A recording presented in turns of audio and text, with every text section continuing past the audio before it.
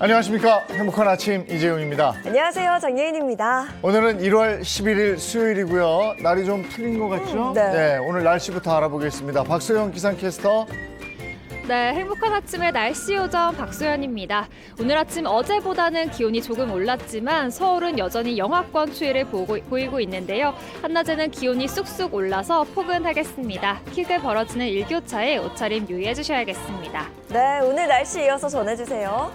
네, 현재 내륙을 중심으로 짙은 안개가 껴 있습니다. 출근길 안전운전 하셔야겠고요. 기온이 오르면서 점차 전국에 맑은 하늘이 드러나겠습니다. 오늘 서쪽을 중심으로 공기가 탁하겠습니다. 그 밖의 지역도 오전에 일시적으로 먼지 농도가 높겠습니다.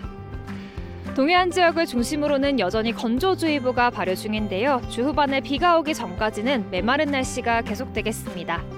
이 시각 현재 기온 살펴보겠습니다. 서울은 영하 1.1도, 대전은 영하 3.6도, 대구는 영하 2.3도로 어제보다 1에서 3도가량 높습니다. 오늘 한낮에는 비교적 포근할 텐데요. 서울은 9도, 광주는 13도, 부산도 13도가 예상됩니다. 내일은 서울의 낮 기온이 14도까지 오르면서 초봄 마냥 포근하겠습니다. 금요일과 토요일에는 전국에 비 소식이 있는데요. 이때 대기가 깨끗해지겠습니다. 지금까지 날씨 전해드렸습니다.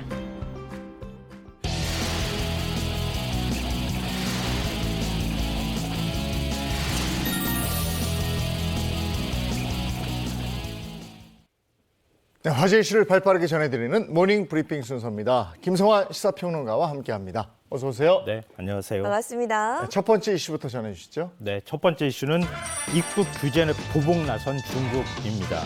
중국 정부가 어제 한국 국민에 대해서 단기 비자 발급을 중단한다고 밝혔습니다. 우리 정부가 코로나19 확산 방지를 위해서 중국인에 대한 단기 비자 발급을 중단하고 또 단순 관광객의 입국을 차단하자 일종의 보복 조치에 나선 것이다 이렇게 해석이 되는데요. 주한중국 대사관은 SNS 계정을 통해서 이 같은 방침을 알리면서 중국 정부 차원의 결정이라고 밝혔습니다. 네, 이번 조치가 코로나19가 확산되는 상황에서 우려라기보다는 진짜 말씀 주신 대로 보복성 조치가 아닐까 이런 생각이 들긴 합니다. 네, 그렇게밖에 지금 해석할 수가 없는 건데요. 네. 왜냐하면 주한중국 대사관이 밝힌 내용을 보면 이렇습니다. 한국이 중국에 대한 차별적인 입국 제한 조치에 대한 상응 조치다 이렇게 설명을 하고 있거든요. 그러면서 한국의 대응에 따라서 조정될 수 있다 이렇게 여지를 남기기도 했는데요. 다시 말씀드리면 한국이 단기 비자 발급을 중단한 것에 대한 상응한 조치를 취한 것이니 한국 측이 비자 발급을 다시 재개하면 우리도 제한을 풀겠다 이런 얘기가 되는 겁니다. 근데 아무리 국제 외교에서 이렇게 상응, 호혜성을 굉장히 중요하게 생각한다 하더라도 우리 정부가 취한 조치가 그냥 중국 정부에 대해서 보복성 조치를 취한 게 아니라 코로나19 확산을 우려해서 불가피하게 취한 조치잖아요. 근데 여기에 대해서 외교적인 조치로서 중국 정부가 이렇게 대응하는 게 맞느냐? 이제 이런 얘기도 나오고 있고요. 또 대중 수출이 많이 줄어서 지금 기업들이 걱정을 하고 있지 않습니까? 이런 상황에서 단기 비자 발급을 중단하게 될 경우에는 우리 기업들이 좀 피해를 보지 않겠느냐라고 하는 우려의 목소리도 함께 나오고 있습니다. 네, 중국과의 관계가 자꾸 삐그덕거리는 것 같아서 걱정이고 네. 우리 기업들이 피해는 입지 않을까 하는 우려도 나오고 이러는 상황인데요. 다른 외교적인 문제로 번지지 않도록 잘 좀 마무리가 됐으면 좋겠습니다. 다음 이슈 전해주시죠. 예, 다음 이슈는 여성 나체에 음식 올린 10대들입니다. 13세에 불과한 미성년자를 성폭행하고 성매수남을 유인해서 또 10대들이 유인하고 폭행을 저지른 10대들이 법원에서 실형을 선고받았습니다. 대전지법은 특수 강절도 등의 혐의로 구속된 17세 남성 3명에 대해서 장기 7년에서 단기 3년 6개월의 형을 선고했습니다. 그러니까 소년범의 경우에는 장단기로 나눠서 소년원에서 복역을 하도록 하고 있는데요.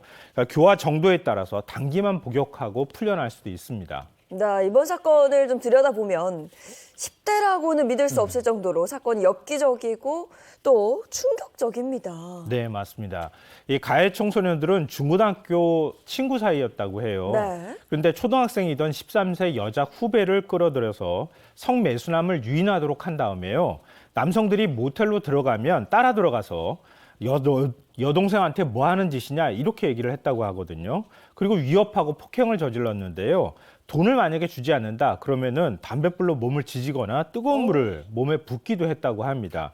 또 여자 후배를 성폭행하거나 또 벗은 몸 위에 음식을 올려놓고 먹는 엽기적인 행각도 벌였다고 하는데요. 근데 지금 미성년자잖아요. 네. 17세면은. 근데 범행 초기에 경찰에 현행범으로 붙잡혔다고 하는데요. 아마 미성년자라는 이유 때문에 풀려났었다고 합니다.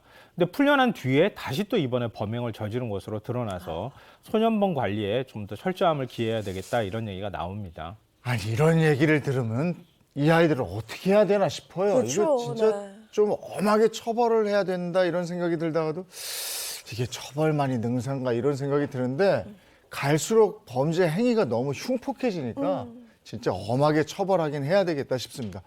풀려났는데 또 그랬잖아요. 그러니까. 네. 네. 자, 다음 이슈 전해주시죠. 네, 세 번째 이슈는 맞벌이 육아휴직 확대 추진입니다.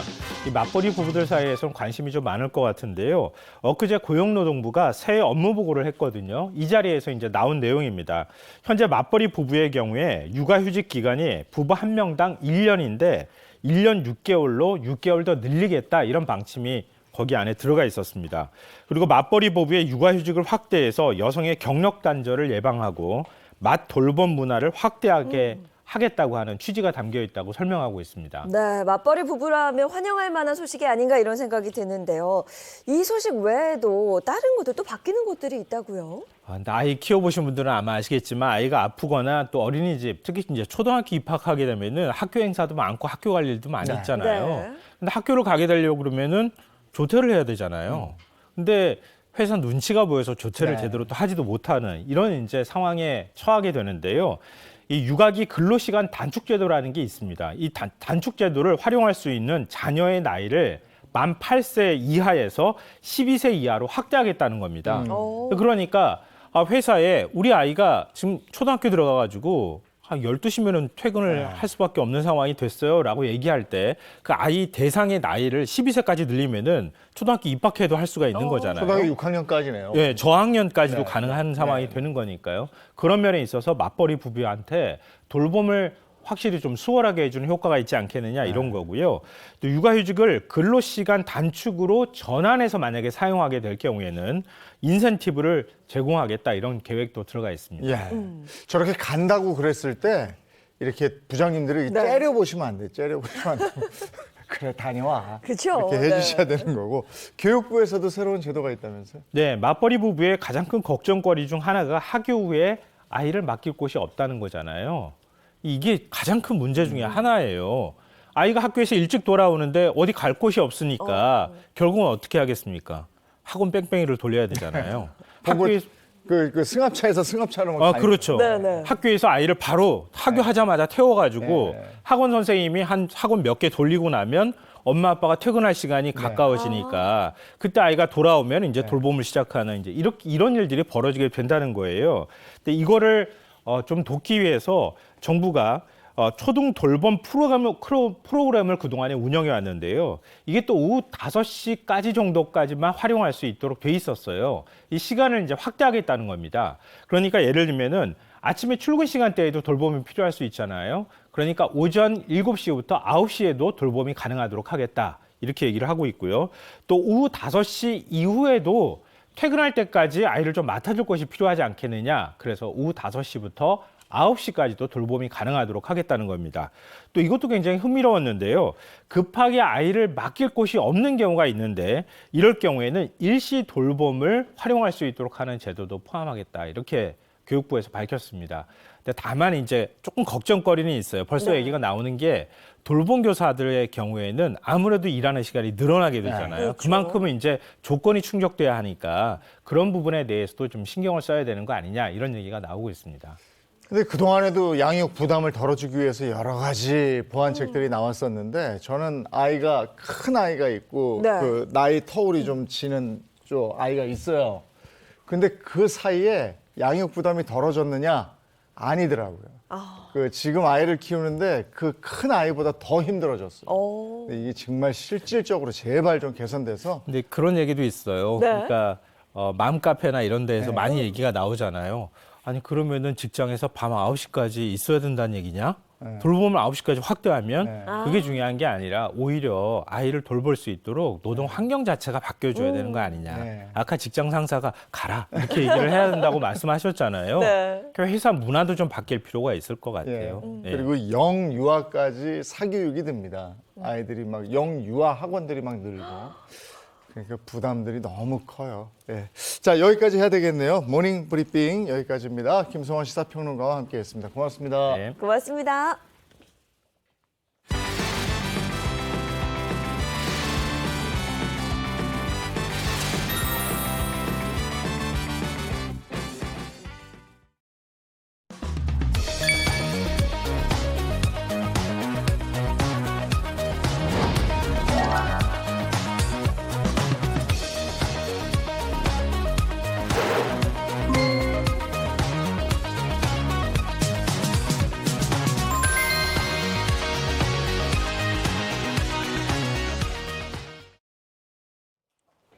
네, 한 주간의 연예 소식 알아보지요. 연예 라이브 시간입니다. 네, 오늘도 반가운 세 분과 함께합니다. 인사 먼저 부탁드릴게요. 안녕하세요. 연예계 팩트 사냥꾼 홍정선입니다. 안녕하세요. 연예계 팩트 여신으로 아. 자칭으로 얘기하고 있죠. 예, 죄송합니다. 밀당 전문 기자 최정아입니다.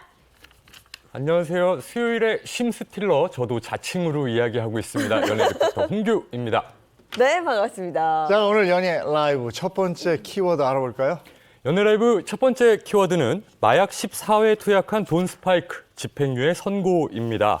마약 전과가 있음에도 불구하고 여러 차례 마약을 투약한 유명 작곡가 돈 스파이크 씨가 1심에서 집행유예를 선고받은 사실이 알려지자 마약 범죄에 대한 솜방망이 처벌이라는 논란이 일고 있다는 소식입니다. 네, 구체적으로 돈 스파이크 씨에게 어떤 선고를 내렸어요? 네, 일단 돈 스파이크 씨 같은 경우에는요. 어떤 네. 식으로 이제 구매를 했느냐부터 좀 짚어봐야 될 것 같습니다. 돈 스파이크 9차례에 걸쳐서 필로폰 4,500만 원 상당을 구입을 했고요. 강남 일대 호텔 그리고 파티룸을 빌려서 무려 14차례나 투약한 혐의를 받았는데요.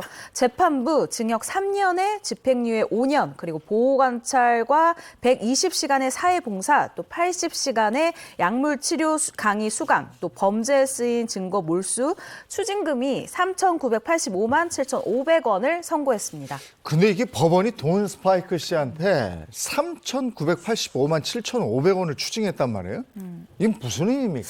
사실 그동안 판결에 비해서 보면 금액이 크다 하실 거예요. 그동안 보면 무슨 마약으로 뭐 대마초로 잡혔는데 10만 원이야 30만 원이야. 그 사람이 그 구매해서 복용한 그 약에 대한 단가를 어떤 그 유통되는 값이 아니라 경찰에서 매기는 단가로 했을 때 얼마냐라고 하는 거거든요.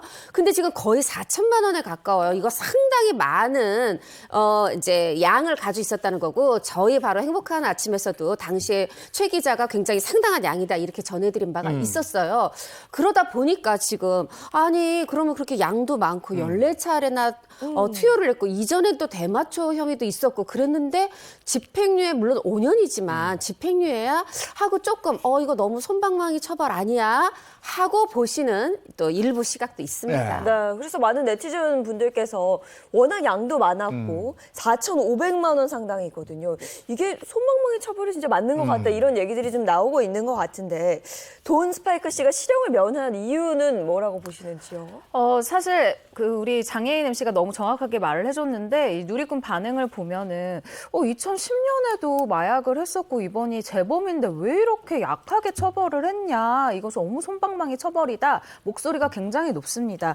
일단 일반적으로 마약을 투약해서 재판에 넘겨지는 경우에는요 이렇게 돈 스파이크보다 투약 횟수가 적어도 실형이 선고되는 경우가 흔하기 때문인데요. 하지만 이 돈 스파이크가 실형을 면했다는 거 몇 가지 이유로 추측이 됩니다. 일단 첫 번째로는요 이 재판부에서 2010년에 이 처음에 대마초 투약을 하기는 했으나 이후 10여 년 동안 마약에 손을 대지 않은 점을 감형 이유로 첫 번째 꼽았고요. 그리고 두 번째가 저는 좀 중요하다고 생각을 해봅니다.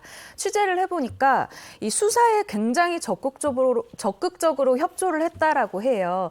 표면적으로는 이렇게 나왔지만 이 경찰 수사 단계에서 사건의 특성상 이 판매책이라던가 아니면은 다른 구매책들에 대한 정보를 주면 아무래도 마약이라는 게 양형의 이 고려가 되잖아요. 그래서 이 부분에 굉장히 좀 방점을 찍었다라고 보여지고요. 또 돈 스파이크 같은 경우는 이렇게 워낙 알려진 연예인이다 보니까 저 사람한테 마약을 팔면 혹시나 잡혔을 때 나까지 잡힐 수도 있다라는 생각 때문에 실제로 주변에서 마약을 판매하는 경우가 당분간은 좀 굉장히 적다고 해요. 그래서 이런 부분들도 아마 감형의 요인이 되지 않았을까. 그리고 세 번째로는 반성문을 굉장히 좀 많이 썼다라는 부분도 있습니다. 근데 건강이 악화돼서 반성문 쓸 힘조차 없었다. 뭐 이렇게 들었는데. 맞아요. 지금 변호인이 지난 12월 20일에 열렸던 공판에서 돈 스파이크의 변호인이 얘기를 한 겁니다. 지금 돈 스파이크가 손가락 끝이 다 마비가 되고 건강이 악화가 돼서 반성문조차 쓸 힘이 없을 정도다.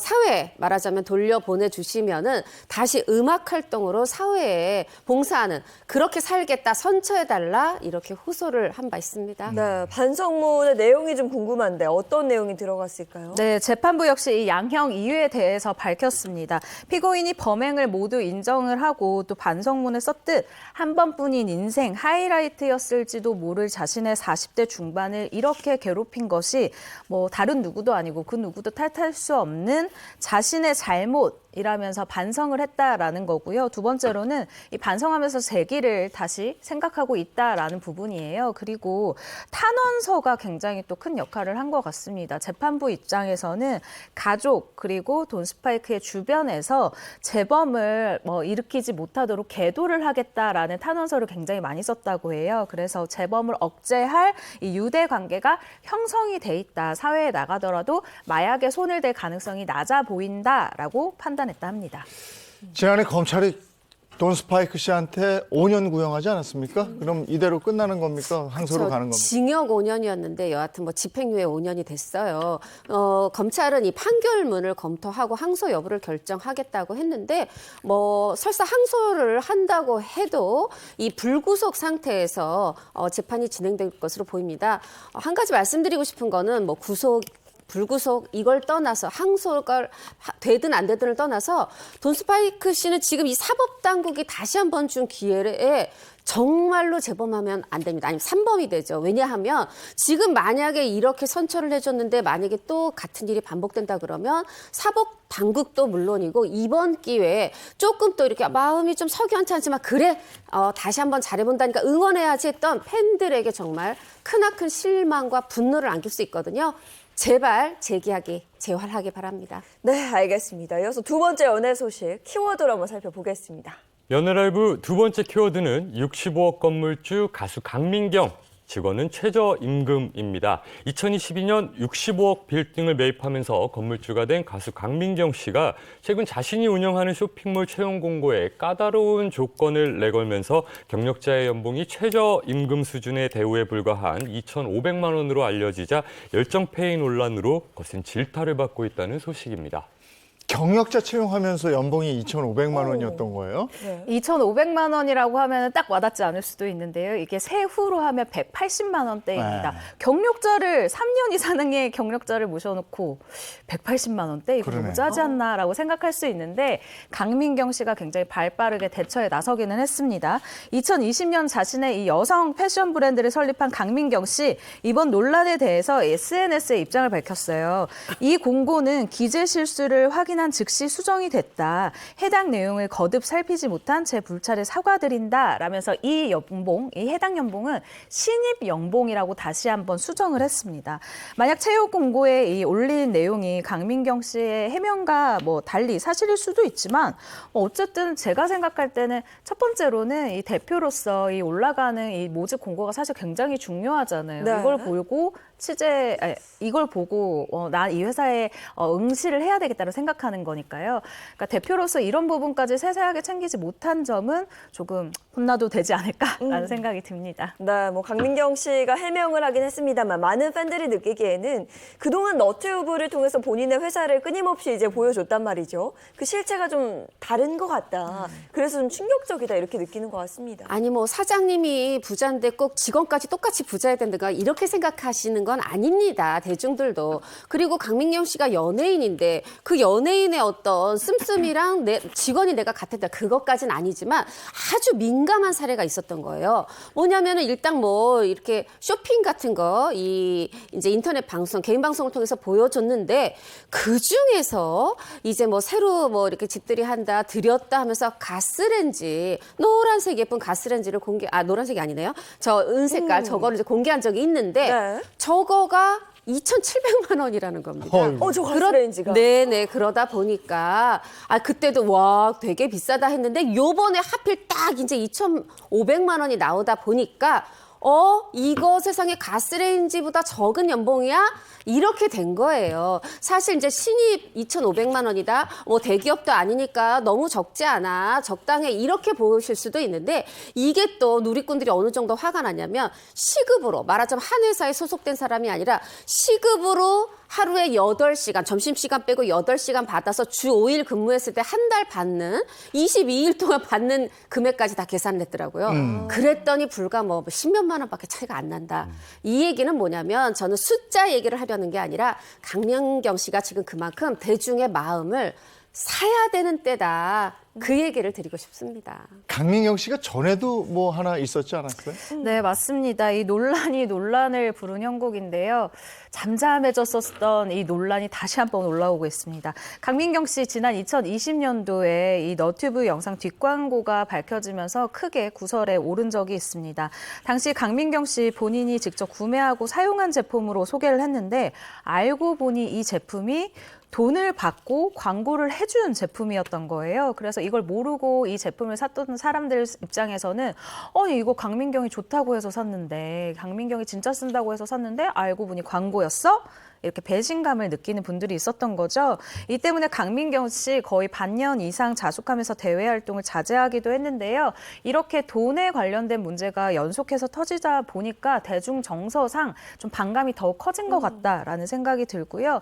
그리고 또 이게 정말 논란을 부른다라는 생각이 더 드는 게 누리꾼들이 또 누굽니까? 이 강민경 씨의 회사에 대해서 또 막 알아보기 시작한 거예요. 근데 이 회사의 퇴사율이 52%더라. 이거는 연봉이 뭐 시키는 일에 비해서 좀 적은 거 아니냐라고 최저시급을 주는 게 문제가 아니라 일이 좀 과도하게 많은 것 같다. 정말 다양한 추측이 오가고 있어요. 이 부분은 대표인 강민경 씨가 앞으로 잘 뚫고 나가야 될 문제이기도 합니다. 네, 실망한 대중들의 마음을 다시 돌릴 수 있을지 좀 지켜봐야 될 것 같습니다. 이어서 세 번째 연예 소식 키워드를 한번 살펴볼까요? 연예라이브 세 번째 키워드는 윤여정 미국 최대 에이전시와 계약 체결, 월클행보 예약입니다. 지난해 소속사를 떠난 윤여정 씨가 미국 최대 규모 엔터테인먼트 스포츠 에이전시 CAA와 계약을 맺으며 해외 활동에 집중할 것이라는 소식입니다.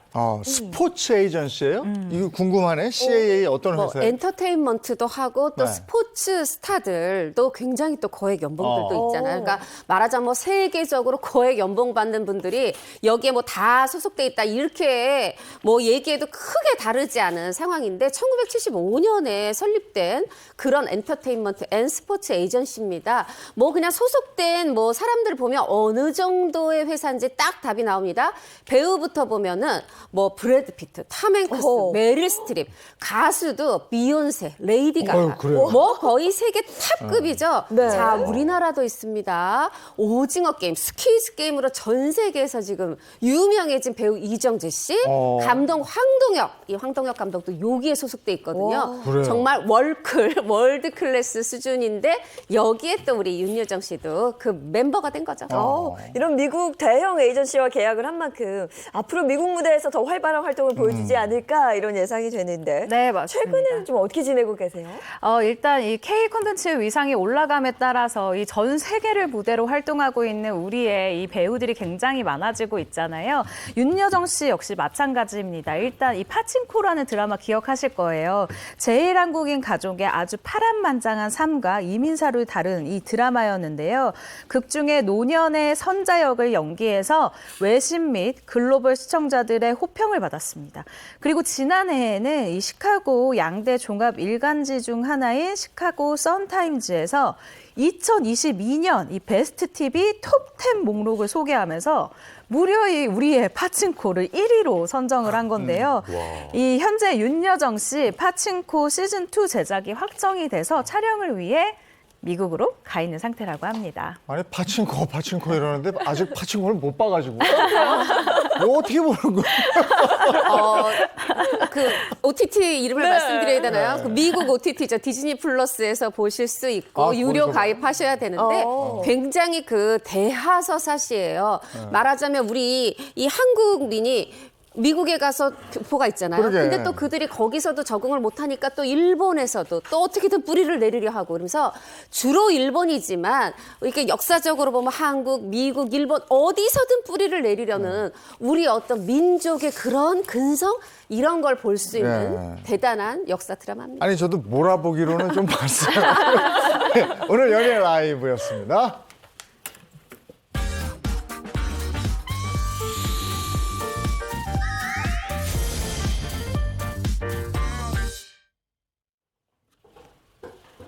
네, 이번에 대한민국 대표 스타들이 걸어온 길을 되돌아보는 스타 주민 시간입니다. 네, 홍기 씨 오늘 스타즈면 주제는 뭐예요? 네, 저는 대형 버스를 잘 모는 노하우를 갖고 있는데 이 두 MC분께서는 뭐 나만이 갖고 있는 노하우 같은 거 혹시 있나요?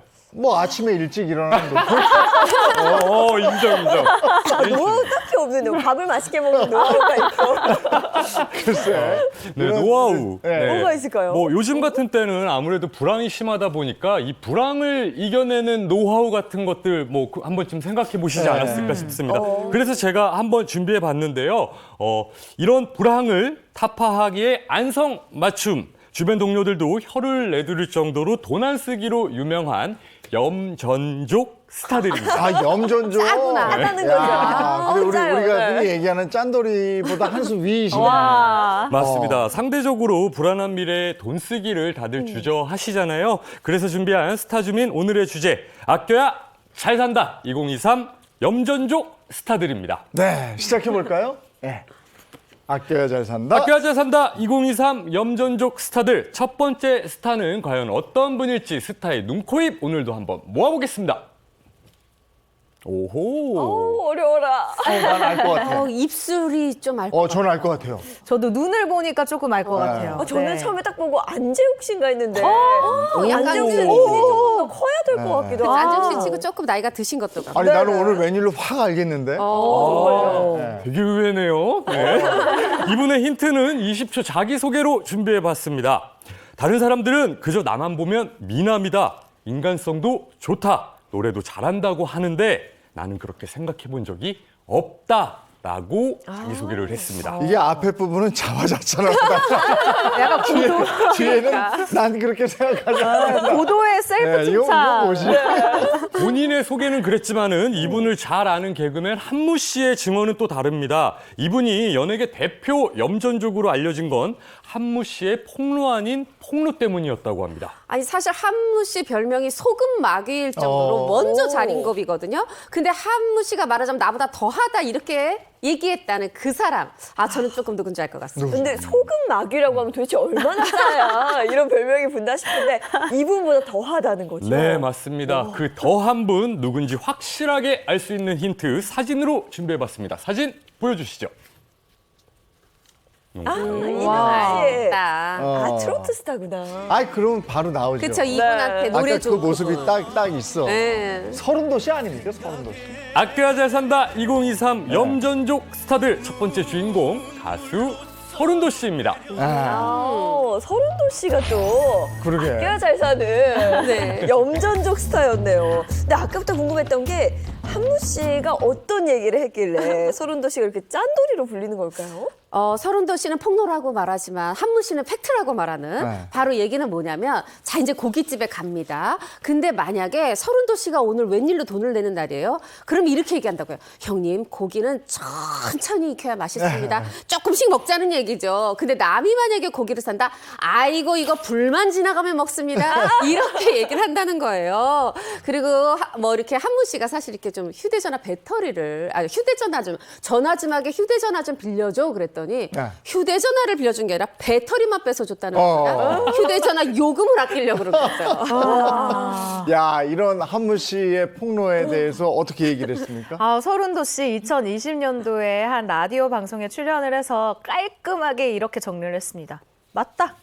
맞다. 나 염전종 맞다라는 건데요. 일단 그렇게 얘기한 적이 있다. 최대한 소비를 아껴야 한다고 생각한다라고 스스로 이 짠돌이 대열에 올랐음을 인정하기도 했습니다. 근데 염전족이라고 하지만 무대 위에서는 늘 화려하잖아요. 그건 어떻게 된 거예요? 그러니까요. 사실 우리가 트로트 가수다라고 하면은 그 형역 색색에 막 비즈 달리고 굉장히 화려한 그 옷을 생각하기 쉽잖아요. 실제로도 서른도 씨 무대 의상 보면은 화려한 색상 디자인으로 단번에 시선을 사로잡는 그런 옷들이 많은데 와, 무대 의상 제작비가 대단할 것 같은데 그럼 거기에 돈을 다 쓰나 보다. 아닙니다. 이건 다 서른도 씨의 아내 이수진 씨가 만들어준 직접 제작한 옷들이라고 하는데요. 서른도 씨가 이렇게 얘기를 했어요. 제 옷은 집사람이 디자인을 해서 만들어서 입고 있다. 다른 데서 옷을 맞추면 1년에 들어가는 옷값이 장난이 아니다 라고 절약 비결을 말했습니다. 와. 그럼 아내가 골라주는 대로 입는 거예요? 네. 근데 자기 그러면 의견은 반영이 안 되는 건가? 거기에 대해서 서른도 씨가 직접 언급한 영상이 있어서 제가 영상 한번 준비해봤습니다. 영상 함께 보시죠. 집사람이 이제 그 디자이너입니다. 근데 사실은 저도 때로는 저희 집사람 옷을 입고 싶지 않을 때가 굉장히 많습니다. 왜요? 저도 제 나름대로 제가 좋아하는 스타일을 고집하고 싶은데 맞아. 그럴 수 있잖아요. 이걸 안 입으면 후환이 두려우니까 어쩔 수 없이 입고 나와요. 중요한 거는 사람들이 또 보면 좋다고 그래요. 그럼 잘 어울리셔. 그래서 네. 식인들은 말 잘 듣고 삽니다. 아, 남편들은 뭐 서른도 씨 다 똑같아요. 후환이 두려워서. 근데 궁금한 게 아내가 그렇게 옷을 제작하면 서른도 씨는 그거 공짜로 무료로 입는 거겠죠, 당연히? 공짜는 아니라고 해요. 그런데 그러면 이 짠돌이가 왜 아내한테 하는지 좀 들어보세요. 제가 서른도 씨를 한 방송에서 만났을 때 옷이 너무 멋있길래 어머 이거 옷 너무 멋있어요. 굉장히 비싸 보이네요. 그랬더니 다 아시는 것처럼 아유 우리 아내가 만들어줬잖아요 하면서 그럼 공짜로 만들어주시는 거 했더니 무슨 소리냐. 제가 계절이 다가오면 미리미리 사정을 해야 된다. 디자이너님 올겨울에 입을 옷이 없어요. 몇 벌만 만들어주세요. 이러면 돈을 달라고 한다는 거예요. 그래서 그 쥐꼬리만한 용돈을 모아서 옷값을 내야 된다고 했는데 뭐 사실 3벌 값이 1벌 값도 안 되고 5벌 값이 1벌 값도 안 되니까 아내 의상실에 맡기시는 거겠죠. 네. 서른도 씨 아내가 근데 무대 의상 만드는 것만 뛰어난 게 아니고 작사를 또 그렇게 잘한다면서요? 네, 놀랍게도 서른도 씨 아내 이수진 씨는 서른도 씨 히트곡 작사의 약 80%가량 와, 함께하면서 80%나? 뛰어난 역량을 보여줬는데요. 서른도 씨 역시 아내가 영화 촬영을 하면서 남다른 감수성을 지니고 있다. 아내가 써놓은 글을 보고 추려서 가사를 썼다라고 밝히기도 했습니다. 네, 이렇게 들어보니까 서른도 씨 아내분도 서른도 씨 못지 않은 것 같아요. 아내의 영향을 좀 많이 받은 것 같은데 아내 이전에는 또 다른 사람이 있었다고요? 네, 맞습니다. 서른도 씨 영향을 최초에 준 분 바로 아버지였습니다. 서른도 씨가 2020년도 한 방송에 출연해서 이렇게 얘기를 했는데요. 워낙 어려운 집에서 태어났다. 아버지가 사업에 실패하시면서 일찌감치 취업 전선에 뛰어들어야 했고 때문에 마음고생도 내가 많이 했다라고 했습니다. 어린 나이지만 이 돈이 없으면 나를 지킬 수 없다라는 생각 때문에 어렸을 때부터 정말 열심히 돈을 벌었었다고 합니다. 네, 알겠습니다. 서른도 씨 얘기였고요. 다음 스타로 넘어갈까요? 아껴야 잘 산다 2023 염전족 스타들 두 번째 스타는 누구일지 이번에도 눈코입 한번 모아보겠습니다. 어렵다. 여자분이죠. 어려워요. 코가 상당히 나 높고 알겠어. 예쁜. 정말요? 네. 오늘 아주 촉이 확실하세요? 좋으신데요. 예. 와, 저는 전혀 모르겠어요. 여배우 아닙니까? 맞습니다. 여배우 맞습니다. 이분은 물티슈도 아까워서 모아놨다가 빨아쓰고 진짜 버려야 할 때는 기름때를 닦아내고 버리는 에코 여신입니다. 에코 여신. 에코 여신이면 환경에도 굉장히 관심이 많은 그런 여배우인데. 별명 딱 들으니까 알겠네요. 그쵸. 에코지니로 불리는. 박진희 씨 아닙니까? 아껴야 잘 산다 2023 염전족 스타들 두 번째 주인공은 배우 박진희 씨입니다. 워낙 또 유명하니까 에코지니. 네. 에코진이라는 별명답게 환경에 그렇게 관심이 많다면서요? 네, 맞습니다. 박진희 씨 SNS 상에서 실제로 자신의 이 아이디를 에코 지니로 사용을 할 만큼 환경에 정말 이 환경운동에 앞장서는 우리나라 대표적인 스타인데요. 2010년 환경지킴이 홍보대사, 그리고 2011년 환경 환경부 미퍼스트 캠페인 홍보대사 등으로 이 활동을 해오면서 꾸준히 환경 보호 활동으로 선한 영향력을 널리 펼치고 있습니다.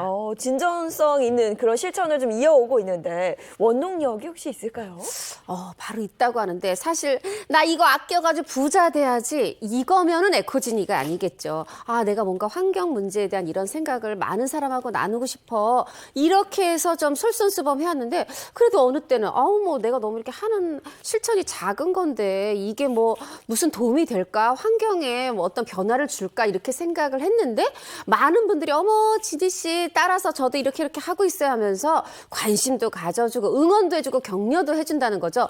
바로 그 관심과 응원과 격려가 박진지 씨한테 굉장히 긍정적인 에너지가 돼서 다시 한번 환경보호에 앞장서게 되는 원동력이 된다고 하네요. 그 박진희 씨가 환경을 사랑하게 된 건 네. 부모님의 몸에 밴 절약 정신 때문이라고요? 네, 맞습니다. 박진희 씨가요, 6살 이후로 서울에서 살게 됐는데 정말 이 집안 환경이 좋지 않았다고 해요. 어느 정도였냐? 이 주방이 없어서 욕조에서 음식을 해야 될 정도로, 욕조에서 물을 받고 설거지를 하고 이런 모든 과정을 해야 할 정도로 정말 열악한 환경이었다라고 얘기를 했고요. 또 저도 이 얘기는 참 어렸을 때 많이 듣고 자랐는데 박진희 씨 불 끄고 물 아껴라는 말을 정말 귀에 딱지가 않도록 들었다라고 얘기를 합니다. 이 어머니는 지금도 비가 오는 날이면 집에 있는 모든 고무대야를 마당에 늘어놓고 빗물을 받아 쓴다. 설거지할 때 마지막 헹구는 물로 화분에 물을 주신다. 그런 모습을 보고 자라다 보니까 저도 이 절약하는 게 몸에 뱄다라고 2012년 한 인터뷰를 통해서 밝혔습니다. 절약을 하고 환경을 사랑하는 이 마음이 어렸을 때부터 어떻게 보면은 굉장히 좀 몸에 탁 달라붙는 생활을 했었던 거예요. 네. 빗물 받는다는 거 대단하죠. 그러니까요. 이게 예전에도 아니고 지금까지도 네. 환경을 생각해서 빗물을 받아서 생활을 한다.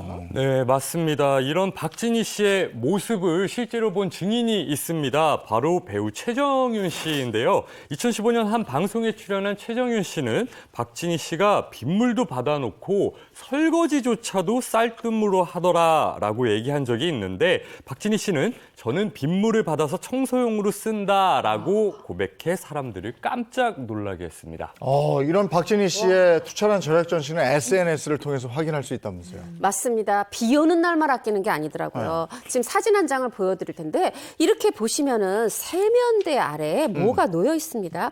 요거 뭔가 하고 보면은 요게 페트병이에요. 저기 물이 차 있는데 저게 뭐냐면 우리가 이제 따뜻한 물 쓰려고 이렇게 틀었는데 처음에 뜨거운 물 나오기 전에 찬물부터 나오잖아요. 맞아요. 네. 그걸 모아서 저렇게 페트병에 그래요? 담았다가 저걸로 씻기도 하고 화분이나 꽃에 물을 주기도 한다는 거예요. 뭐 보여주기식으로 거창하게 이런 게 아니라 정말 매일매일 저렇게 실천을 하고 있다는 게 저 사진 한 장에서 드러나는 거예요. 대단하다. 진짜 대단하죠. 대단하죠. 그건 사실 뜨거운 물 나올 때까지 좀 흘려보내는 물인데. 그러니까요. 사실 우리 정말 대단한 우리나라 이게 물 부족 국가거든요. 맞아요. 근데 박진희 씨 최고입니다. 좀 배워야겠습니다. 진짜 숨겨진 산림 구단의 모습이 좀 보이네요. 네, 남다른 환경 사랑을 드러낸 박진희 씨. 환경 사랑은 아이들을 키울 때조차도 마찬가지였습니다. 아이를 키울 때 어느 순간부터는 이것을 아예 사용하지 않았다고 하는데요. 제가 퀴즈 한번 내보겠습니다.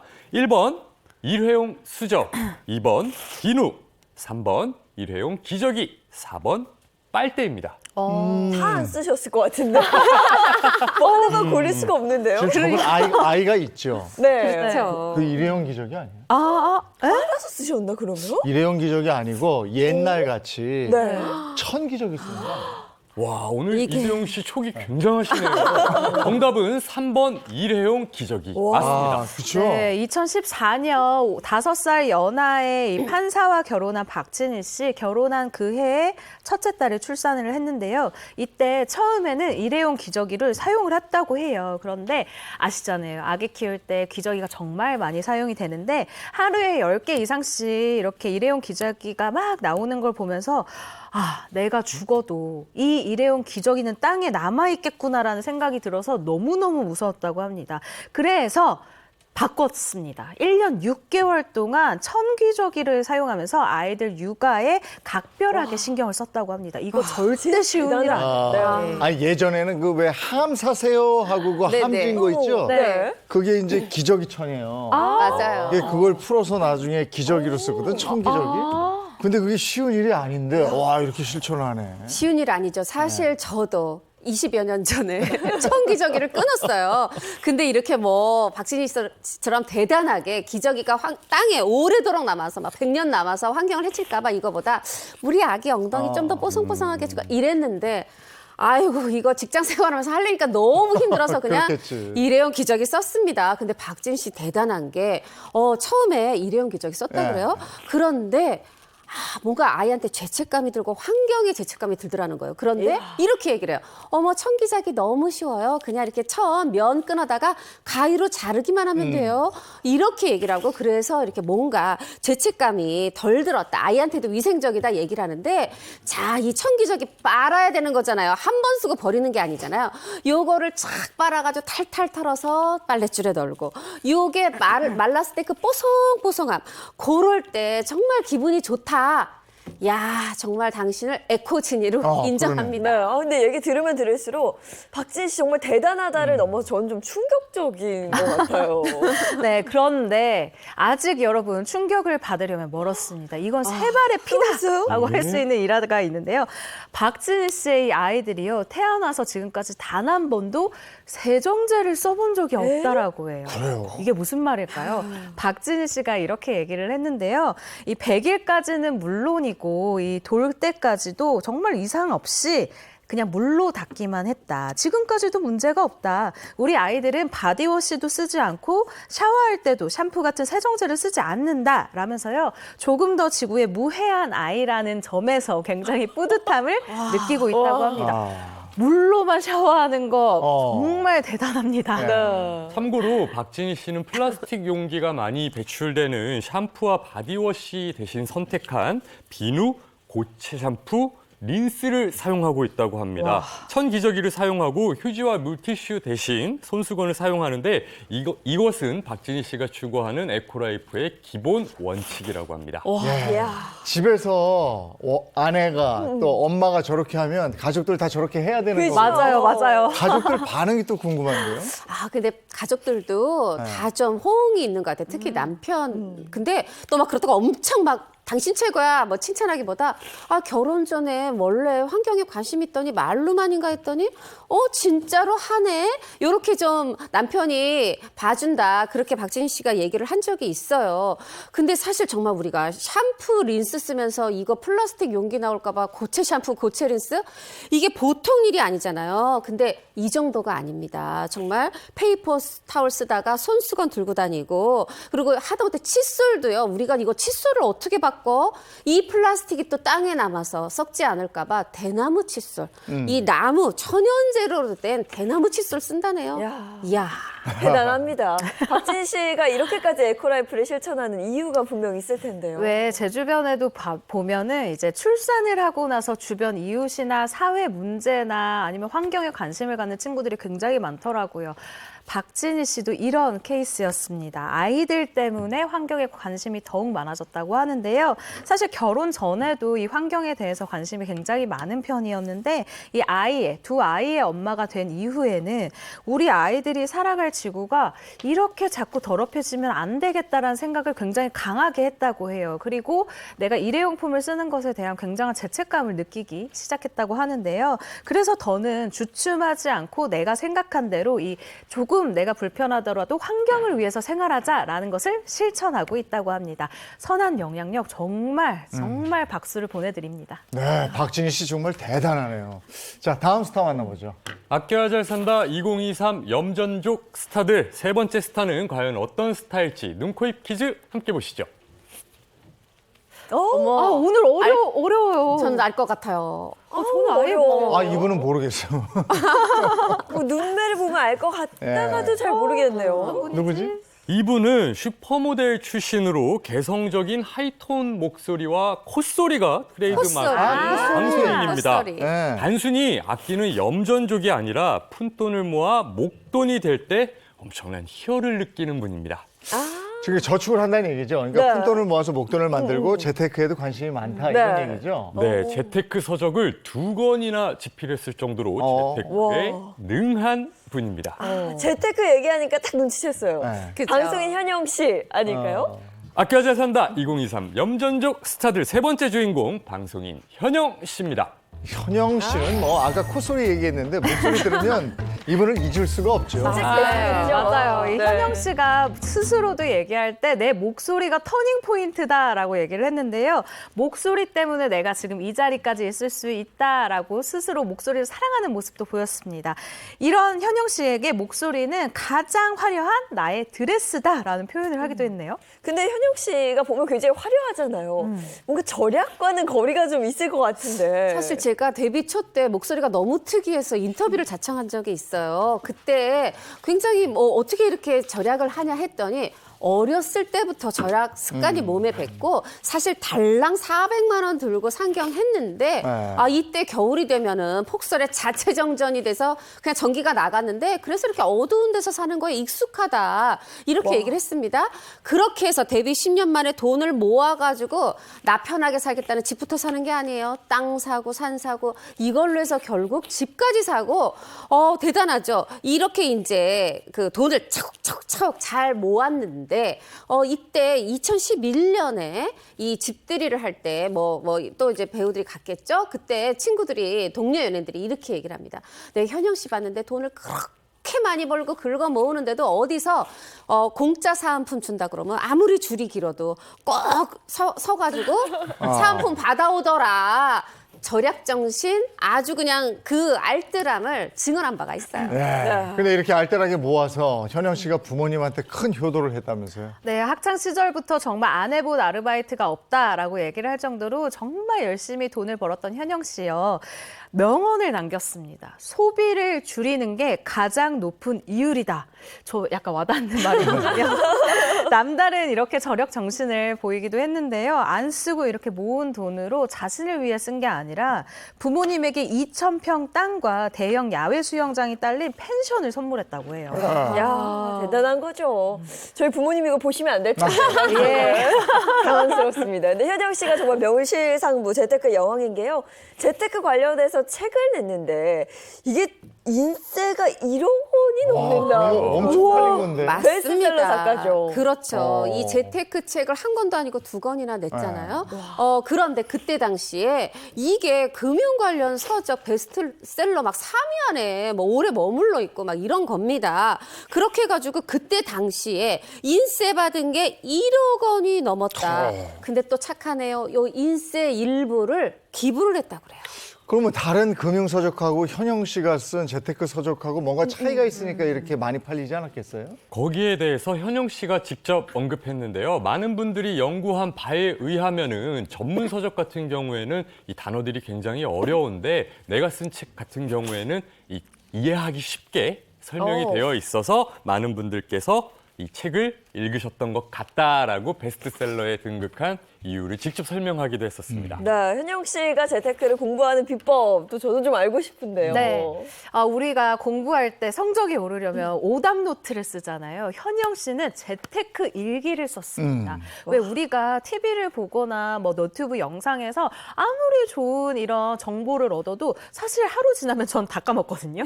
이거를 다 이제 적어 놓는 거예요. 아, 이럴 때 이렇게 하면 좋다. 이렇게 재테크 일기를 썼는데요. 현영 씨 관련 서적과 신문 내용을 스크랩을 하는 식으로 일기를 썼다고 하거든요. 2007년 한 방송에서 현영 씨의 이 재테크 일기장이 공개가 됐는데 정말 대단합니다. 이 여러 가지 정보와 실제 경험까지 녹인 이 일기장이야말로 현영 씨 재테크 노하우의 최대 비법이 아닐까 싶어요. 네, 그리고 현영 씨는 아이들에게도 재테크 노하우를 좀 알려주고 있다고요. 네, 맞습니다. 이 최근 한 방송에서 현영 씨가요, 아이들 이름으로 주식 계좌를 일찍 만들어줬다라고 밝혔는데 아침부터 아이들이 스스로 주식 그래프를 확인하고 또 일상 속에서 요즘 기름값이 오르니까 그럼 이걸 사야 되겠네? 이런 식으로 이 종목을 찾는 가치 투자를 하는 등 11살이라는 나이가 믿기지 않은 주식 경제의 면모를 방송을 통해서 공개를 하기도 했어요. 현영 씨가 이에 대해서 이렇게 말을 했는데요. 아이에게 계좌를 보여주고 어떤 주식을 가졌는지 계속 얘기를 했더니 스스로 자신의 돈을 지키기 위해서 이 경제라던가 금융 흐름에 관심을 가지고 습득한 것 같다. 요즘 이슈되는 경제 사안을 정리를 해놨다가 많이 이야기를 해주는 편이다라고 이런 영재 비법에 대해서도 밝히기도 했습니다. 그러면 저대가 아이들은 11살에 주식이 떨어지는 아픔도 맛봤겠네. 지금 떨어졌을 텐데. 아니, 근데 정작 남편 수입은 또 모른다면서요? 맞아요. 이제 남편의 재산, 남편의 수입 모른다고요. 네. 근데 남편도 현영 씨 수입을 모른다고 그래요. 뭐냐면 서로 믿고 생활비는 공동으로 내서 그걸로 생활은 하지만 서로의 어떤 그 재산 상태나 수입에 대해서는 비공개로 하고 있다는 거예요. 저는 근데 이 방법 좋다고 생각이 들어요. 남편 거는 다 내 거, 내 것도 내 거. 사실 이런 부분에 또 남편분들 굉장히 또 박탈감 느끼기도 하잖아요. 현영 씨 여러모로 현명합니다. 근데 보통 수입이 많은 쪽에서 좀 공유하기를 꺼리는 것 같은데 이 집도 그런가요? 네, 현영 씨는 부부로서 강한 믿음을 가지고 있다고 합니다. 경제적인 문제 역시 강한 믿음이 있기 때문에 남편과 따로 경제권을 관리하는 것이라며 원앙 부부의 면모를 보여줬습니다. 알겠습니다. 현영 씨 얘기였고요. 다음 스타는요? 아껴야 잘 산다 2023 염전족 스타들. 앞서 쟁쟁한 분들이 나왔습니다. 이번에 또 어떤 짠내 나는 분이 나올지 눈, 코, 입 한번 모아보겠습니다. 너무 바로 알겠네요. 난 모르겠는데. 정말요? 피부가 가무잡잡하고 남자 배우예요? 근육. 가수입니다. 가수? 네. 남자 근육. 가수? 모르겠는데. 근육? 모기약을 살짝 좀 알겠다. 이분은 금검절약 정신이 뛰어난 아버지를 쏙 빼닮아 일명 김염전이라 불리는 한 남자입니다. 네, 아버지가 절약하는 모습을 보고 자랐다면 이 정도면 모태 염전족이 아닐까 이런 생각도 드는데. 어린 시절 이분은 뭐 하나 허투루 쓰는 법이 없었다고 합니다. 세수를 한 뒤에 물을 그냥 버리면 엄청나게 혼이 났는데 그 이유가 변기에 붙지 않았기 때문입니다. 스케일이 달라요. 또. 뭐 근검절약 정신으로 몸에 밴 그 근육이 이게 근검절약으로 꽉 찼다 이런 얘기. 머리부터 발끝까지 짠내나는 아껴야 잘 산다 2023 염전족 스타들 네 번째 주인공 가수 김종국 씨입니다. 워낙 유명하죠. 그렇죠. 네. 아니 아버님이 그렇게 또 근검절약 정신이 몸에 배어서 휴지 몇 칸 벗었다고 혼나고 막 이랬다는 얘기를 들었어요. 네, 맞습니다. 김종국 씨 2016년도에 이 발언에서 전국을 깜짝 놀래켰는데요. 화장실에서 두 칸을 쓰면 혼이 났다라고 해요. 한 칸 쓰고 이게 모자라면 또 한 칸 딱 틀어서 그 한 칸으로 이제 딱 해결을 했어야 됐는데 듣는 사람들이 정말 눈이 휘둥그레지면서 그게 가능해? 라고 굉장히 궁금했어요. 당시 같이 출연했었던 이서진 씨가 그 얘기를 듣고 아니 근데 그 정도면 그냥 손으로 거의 닦는 거라고 봐야 되지 않냐 할 정도였는데요. 저도 이렇게 얘기를 하지만 이게 과연 가능한가 싶은데 김종국 씨 이거 가능하다고 합니다. 일단 이 한 칸짜리 휴지 접어가지고 모서리로 이렇게 샥 닦으면 된다라고 구체적인 방법도 설명했는데 저는 도전을 못할 것 같아요.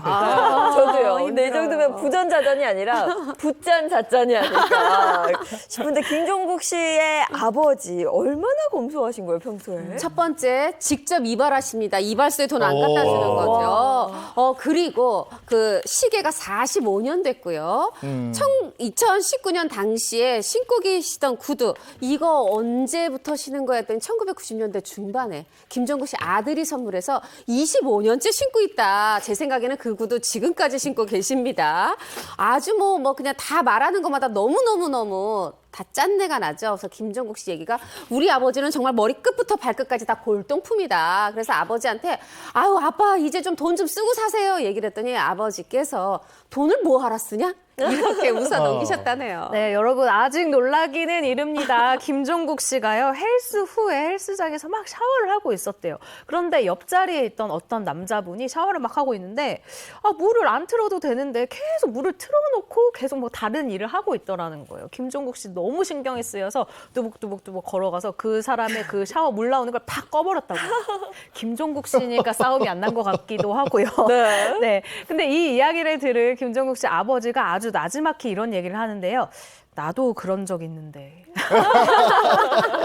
네, 이 이야기를 들은 또 어머니가 이렇게 얘기를 합니다. 아니 어쩜 그렇게 아빠를 쏙 빼닮았냐? 라면서 붓짠, 잣짠 이 DNA를 지적하기도 했습니다. 아니 근데 김종국 씨 아버지는 집에 혼자 계실 때 전기값이 뭐 제로? 0원 나온 적이 있다면서요? 아니 그러니까 이것도 좀 평상시의 습관에서 온 것 같은데 일단 이 가정 여름에 에어컨 켜지 않습니다. 언제만 켜느냐? 정말 기록적인 열대야를 기록할 때만 에어컨을 켜고 겨울에 난방 밥 먹을 때도 두툼한 패딩 입고 밥을 먹을 정도라고 해요. 그런데 어느 날 김종국 씨가 어머니를 모시고 해외여행을 다녀왔는데 해외여행을 갔다 왔더니 전기료가 0원이더래요. 이 얘기 뭡니까? 아니 집에 우리 겨울에도 냉장고 네. 틀어있지 않나요? 아니 그 전등 하나 지금 틀지 않았다는 거잖아요. 짠, 이 염전, 김종국 씨조차 아니 도대체 어떻게 하면 전기료가 0원이었을까? 야. 풀리지 않는 미스터리다. 이렇게 얘기를 해요. 아니 그것뿐이 아니고 콘센트 다 뽑아놨어요. 그러니까요. 전원도 다 차단하고. 네. 그러니까 영원히 나오죠. 그러니까요. 아, 김종국 씨의 별명이 짠국이잖아요. 왜 짠국인지 알 수 있을 것 같아요. 김종국 씨도 전기료가 0원이 나온 적이 있다고 하는데 바로 에어컨 전기료라고 합니다. 2022년 한 방송에서 2년 만에 처음 에어컨을 튼다. 작년에 한 번도 안 틀어서 에어컨 전기료가 0원이었다라고 이야. 밝혀 놀라움을 자아냈습니다. 그래도 결혼하면 틀겠지. 난방도 좀 하고. 난방도 하고. 네, 예. 그래야 되겠죠. 한 예능 프로그램에서 지석진 씨가 안 그래도 김종국 씨한테 너 결혼하면 난방은 할 거지? 이렇게 물어봤던 거예요. 그랬더니 김종국 씨가 씩 웃으면서 이렇게 얘기를 합니다. 아니 나는 나중에 아내랑 아이들 쓰라고 지금 아끼는 거다. 나는 결혼하면 전기요금 안 볼 거다라고 말했는데요. 김종국 씨의 이 빅피처를 응원합니다. 근데 안 볼 수 없을 텐데. 많이 무서워서 자꾸 보고 싶을 텐데. 네. 좋겠습니다. 근데 김종국 씨 같은 경우는 또 물티슈를 빨아 쓴다 그래서 되게 유명하잖아요. 자, 물티슈로 바닥을 닦았습니다. 그거를 갖다 그냥 버리는 게 아니라 빨아서 말려둔대요. 왜? 설거지할 때 기름기 많은 그 그릇을 그 빨아뒀던 물티슈로 싹 닦으면 세제를 조금만 써도 설거지가 되니까 그래서 나 물티슈 빨아서 말려둔다. 이렇게 얘기하네요. 여기서 깜짝 퀴즈 하나 내겠습니다. 김종국 씨는 칫솔을 어느 정도 쓰고 교체할까요? 1번 2, 3개월에 한 번씩. 2번 아니죠. 칫솔이 똑 부러질 때까지. 3번 칫솔모가 후두둑 빠질 때까지. 저는 3번 같아요. 3번 같아. 칫솔 뭐가 다 빠질 때까지. 이거는 근데 이때까지 정말... 정답은요? 김종국 씨는 칫솔모가 빠질 때까지 다 쓴 후에야 바꾼다고 합니다. 이 얘기를 들은 서장훈 씨가 누운 칫솔모는 바꿔야 돼라고 얘기했지만 김종국 씨는 누운 칫솔이 오히려 내 입에 잘 맞는 것 같다라고 응수했다고 합니다. 이런 김종국 씨 부자를 보면서 어머니는 뭐 어떨까요? 김종국 씨 어머니 이렇게 얘기를 했는데요. 아버지 옆에서 사시면서 과도한 절약 때문에 힘들어 하셨는데 제가 그 습관을 이어받은 모습들을 어머니가 굉장히 싫어하신다, 안타까워하신다라고 고백한 적이 있습니다. 예. 네. 김종국 씨. 네. 정말 이렇게 김종국 씨 잘 버는데 너무 안 쓰시면 세금으로 다 내요. 맞아요. 그러니까요. 어느 정도는 써야 돼요. 맞아, 김종국 맞아. 씨 얘기까지 들어봤고요. 다음 스타는요.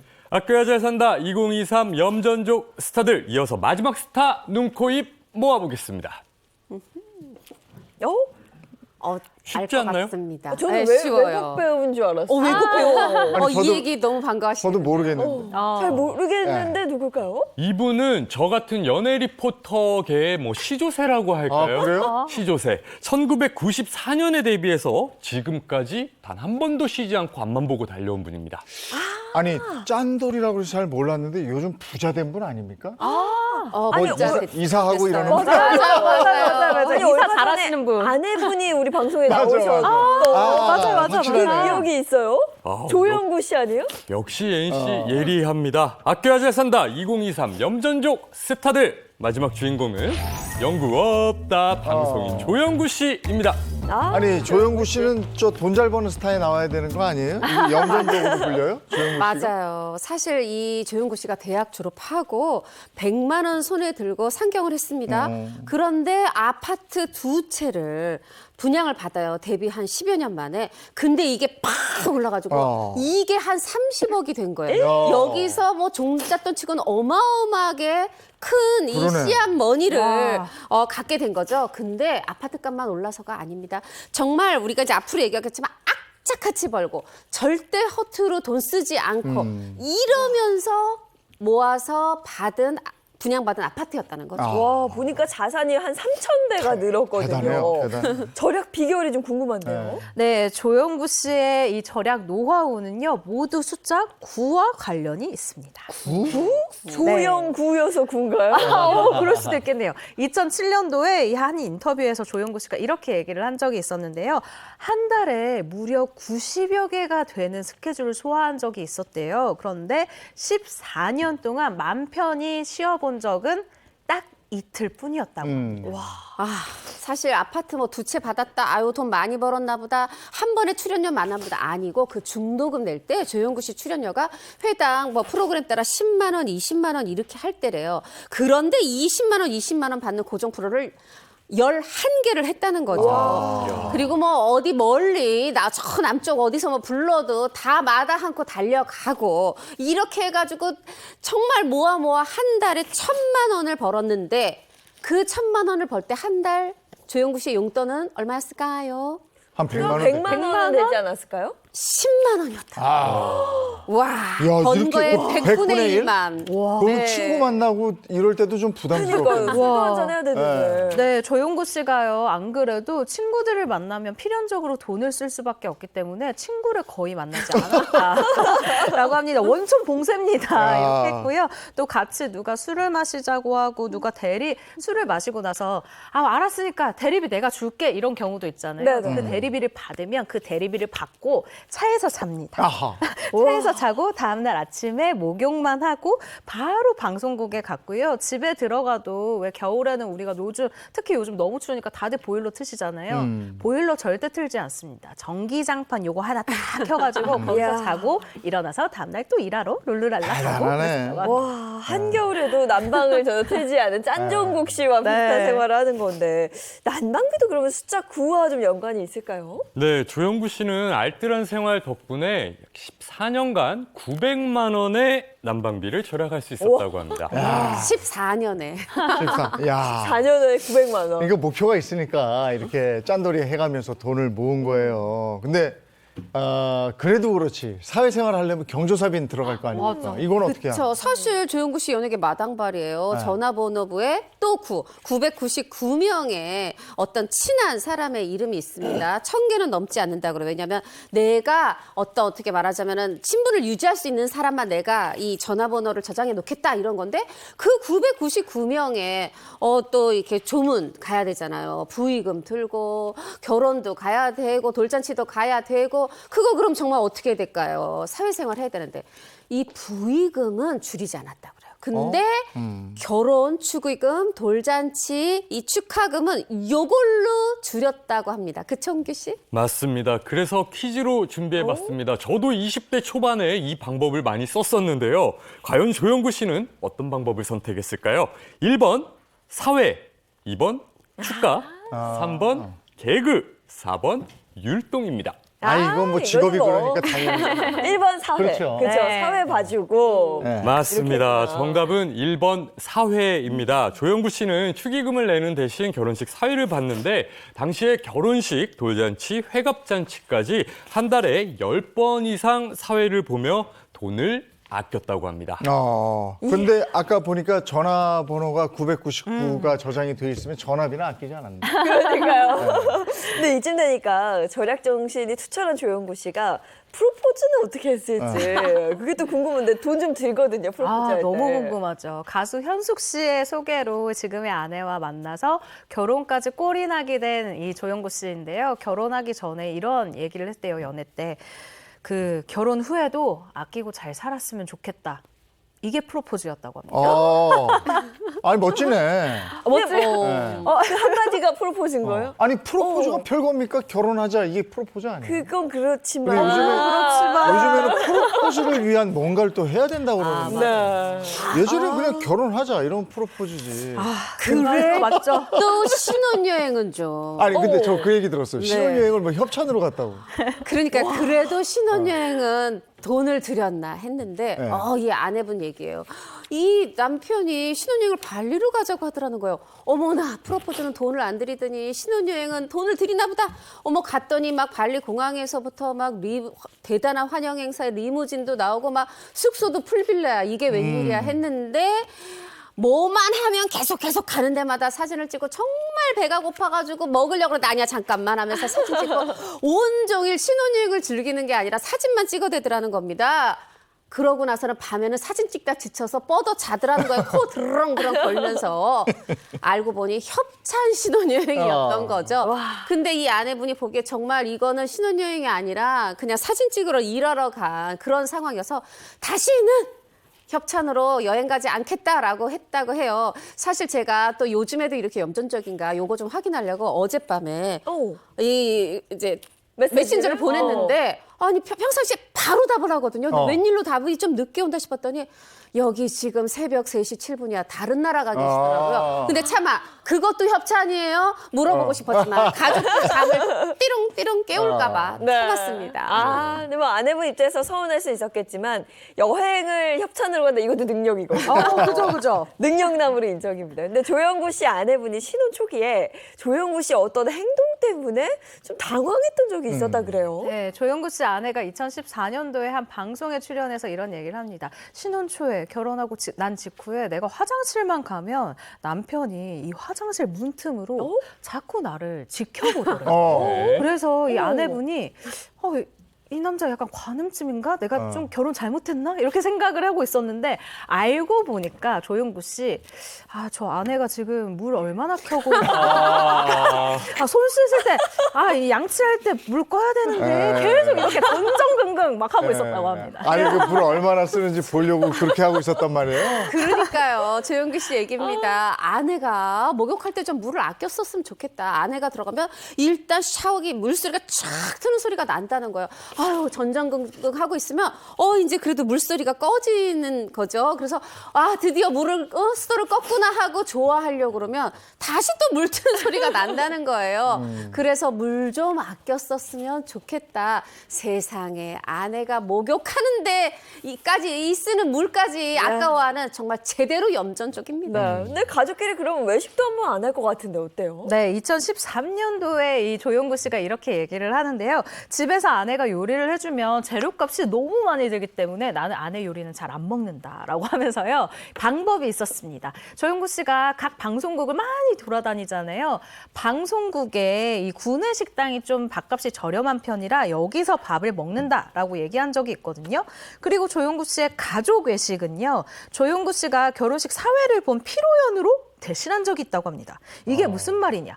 조영구 씨 아내에 따르면 이 남편분한테 조영구 씨한테 아내분이 우리 이제 외식 좀 하자라고 얘기를 했대요. 그랬더니 바로 주소를 딱 보냈는데 광진구에 있는 그 되게 큰 호텔 다들아서 거기 밥값 되게 비싸거든요. 예. 그쪽 주소를 알려주더래요. 그래서 아내분이 이게 무슨 일이지 하고 신나서 갔는데 조영구 씨가 거기서 피로연의 이 사회를 보고 있었던 거예요.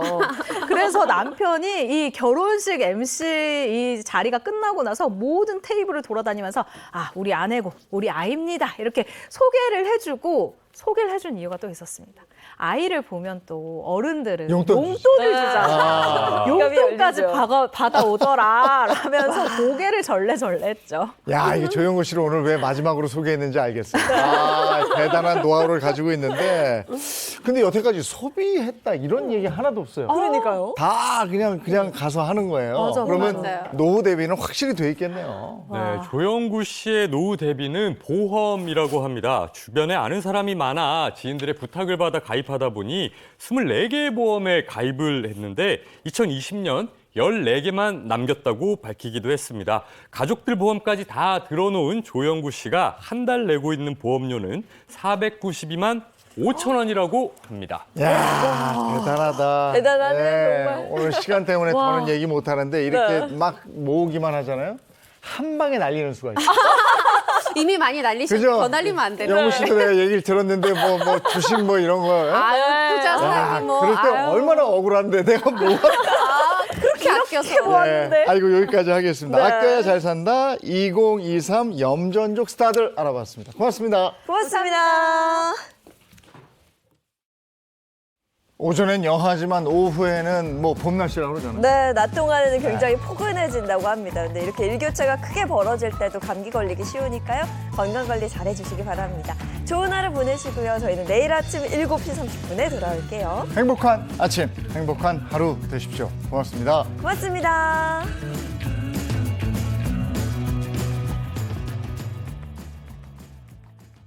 채널 A